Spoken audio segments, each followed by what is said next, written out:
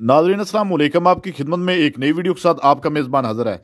नाज़रीन, आज आलिया हमजा ने अपने ऊपर आब बीती पूरे ऐवान में सुनाकर पूरे निज़ाम और इस वक्ती हुकूमत को नंगा करके रख दिया। वीडियो मुलाहिजा कीजिए, फिर इस पर तफसील से बात करते हैं। अजीब है कि सरे राह झूठ बोलते हैं। स्पीकर साहब इतने बड़े प्रोफेसर और यहाँ आकर ने आज ये इजलास अवाम के पैसों पर बुलाया था। पहले तो इनसे इसका जवाब ले,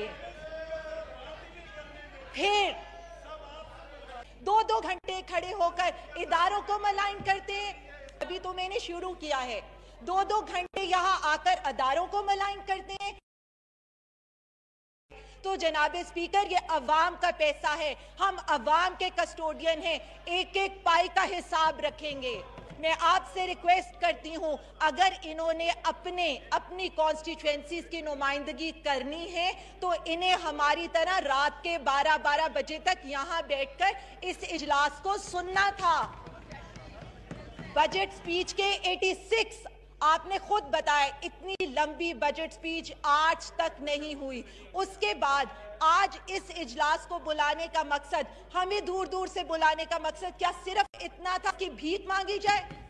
और वो राना सनाउल्लाह जिनके ये यहाँ पर आकर जिनके गुण गा रहे हैं, ये खुद मुझे बताएं, क्या 2016 में चौधरी निसार साहब इनके प्राइम मिनिस्टर के पास नहीं गए थे और उन्होंने इन्हें नहीं बताया था कि एएनएफ की रिपोर्ट से उनके अगेंस्ट और वो उनको पकड़ना चाहती हैं, और उस वक्त के वजीर आजम ने उनको खामोश रहने का कहा था?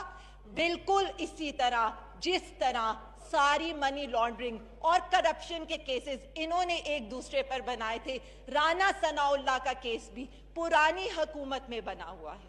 हमने कुछ नहीं किया। फिर ये कहते हैं इस्टेब्लिशमेंट से ठंडी हवाएं आ रही हैं, तो जी जरूर आएंगी।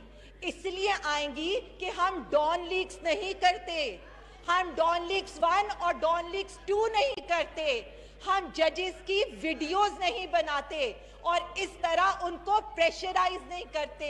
हम माफिया नहीं हैं, हम अवाम के लिए आए हैं। अब मुझे ये बता दें कि आज और उस जमाने में डॉलर की प्राइस में कितना फर्क था। आज और उस जमाने में जो टैक्स के ऊपर परसेंटेज है, भाई सुन लेना जी, सुन ले, मैं आपको तो नहीं कह रही, मैं तो चेयर को एड्रेस कर रही हूँ। उस वक्त के जमाने में और आज के जमाने में हमारी पेट्रोल की परसेंटेज जो हुकूमत टैक्स लेती है उसमें कितना फर्क है। फिर ये कहते हैं, फिर मैं इनसे ये कहूंगी, स्टेट बैंक की रिपोर्ट तो इन्होंने पढ़ी है, काश के इन्होंने आईएमएफ की रिपोर्ट भी पढ़ी होती।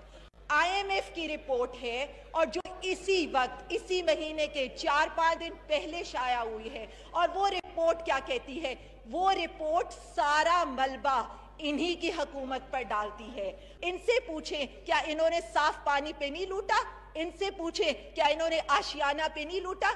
इनसे पूछें इन जद्दी पुश्तों ने क्या स्टेट की BMW अपने घर नहीं रखी हुई थी? इनसे पूछें कि इन्होंने जलजला मुतासरीन के पैसे नहीं खाए? बेवाओं के नाम पर हमने लूटा है जो आज आकर हमें ताने देंगे? मुझे तो सिर्फ इतना बता दे, इनके कैंप ऑफिसेज, इनके सीएम ऑफिसेज, इनके अपने घर, सब इन्होंने कैंप ऑफिस डिक्लेयर किए हुए थे। इनके इलाज सरकारी थे, इनके फैमिली समेत दौरे जो नवाज शरीफ साहब ने 4 साल में जहां उनके अपने फ्लैट और कारोबार थे वहां उन्होंने दौरे किए। कितने दौरे किए? 22 दौरे किए जो अवाम के खर्च पर किए, और वहां पर उन्होंने 3 करोड़ का टिप दिया, वहां पर उन्होंने 6 करोड़ के तोहफे दिए। वो किसका पैसा था? इनकी जेबों का पैसा नहीं था, इस अवाम का पैसा था, और हमें उसका दर्द है।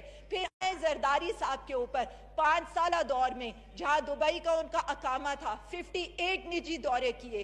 58 में से जो 48 थे दौरे वो उनके निजी दौरे थे। 2 करोड़ की टिप दी उन्होंने, किस पैसे से? इस अवाम के पैसे से। 5 करोड़ के तोहफे दिए, किस पैसे से? इस अवाम के पैसे से। वो ये कहती है कि आपका जो पब्लिक डेट था that has risen to alarming level of 75% of GDP। काश कि ये इस बात को समझ सकते कि जो इनका पब्लिक डेट था वो 75% जीडीपी पर पहुंच चुका था। इनके जो होम मेड फैक्टर्स थे, जैसे इन्होंने स्ट्रक्चरल रिफॉर्म्स नहीं किए, इनएफिशिएंट ये जो स्टेट ऑर्गेनाइजेशन थे उन्होंने इनकी स्टेबिलिटी को अरूट कर दिया। इनके रिजर्व्स इतने कम हो चुके थे, डिस्पाइट के international reserves steadily dropping since September 2016.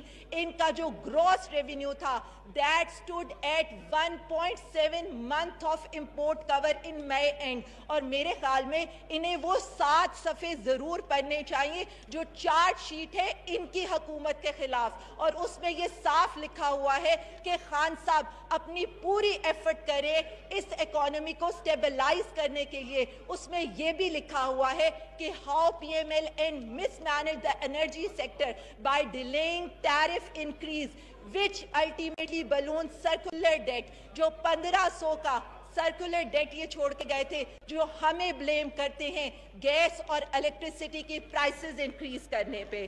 फिर मैं इनको ये भी बता दूं कि यहाँ पर ये बात करते हैं तो महंगाई के फिगर्स भी मैं इनको बता दूं। फिगर्स पे बात, फैक्ट्स पे बात, जब नाना भुट्टो का दौर था 36% इन्फ्लेशन थी, जब जरदारी साहब का दौर था उस वक्त 27% इन्फ्लेशन थी, PMLN के अपने दौर में 9.9% इन्फ्लेशन थी। नाज़रीन, आपने वीडियो मुलाज़ा फरमाई है। नाज़रीन, मुसलसल देख लें 3-4 साल से इस मुल्क में क्या हबाम मचा हुआ है, जो कुछ हो रहा है और जितना जबरी जुल्म और फास्तियत इस मुल्क में अभी चल रही है, एक दंगल फसाद मचा हुआ है। शायद इससे पहले भी सियासत तो इस मुल्क में होती आई है, लेकिन मुझे नहीं लगता कि आपने इस तरह की सियासत जिंदगी में पहले भी कभी देखी हो कि घरों से लोगों को उठा लिया जाता है, इज्जतों को पामाल किया जाता है, सब कुछ पूरे निज़ाम को उधेड़ फुदेड़ के इन लोगों ने रख दिया है। लेकिन उस सब के बावजूद भी ये ताने तनकीद हर वक्त तंज़िया वार PTI पर करते हैं।